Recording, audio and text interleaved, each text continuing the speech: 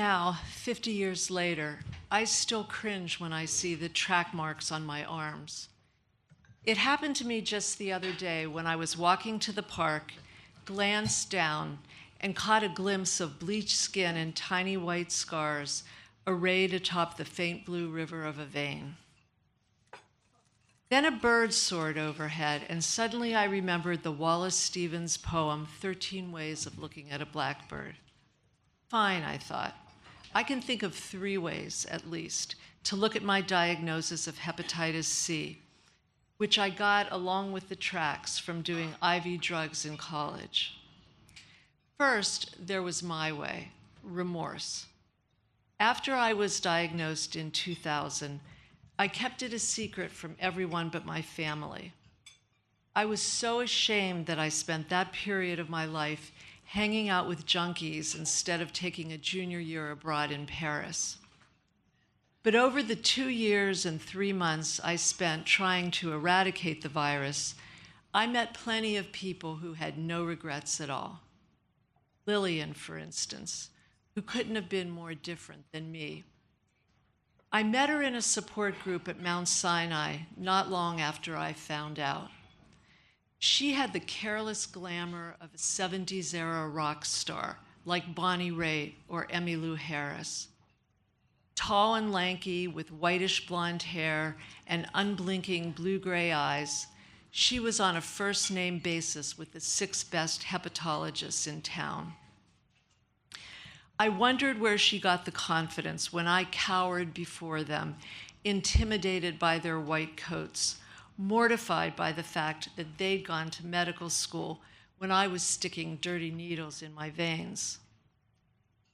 Lillian said the 2 years she spent shooting heroin was the best time of her life, but she knew it was unsustainable, so she quit.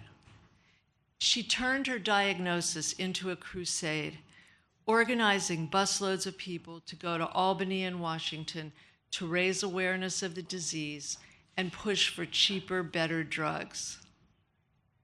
She never lost her zeal for advocacy work, even though she had to try 8 different therapies over 18 years and was on a waiting list for a liver transplant before the meds finally worked. Then there was the ad man, who was in the hospital bed beside me after we'd both gotten our liver biopsies. I never found out his name, just that he graduated from Wharton and had a flashy job in advertising.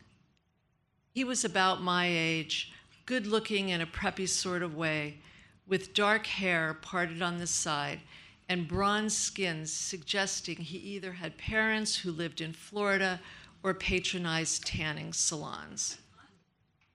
I asked him if he felt any stigma about the diagnosis. Nah, he said, his eyes glued to the TV on the wall. That was party time, man. Sex, drugs, and rock and roll. When I told him that the side effects of interferon and ribavirin, then the gold standard of treatment, sounded scary and the odds of it working were crap, he tilted his head towards me. We weren't supposed to move our abdomens, and said, "Que sera, sera." Then he went back to watching TV. I, on the other hand, was freaking out about all the possible adverse reactions to the treatment. It seemed barbaric, like the icicles that filled the long window in Stephen's beautiful poem, though eventually it worked.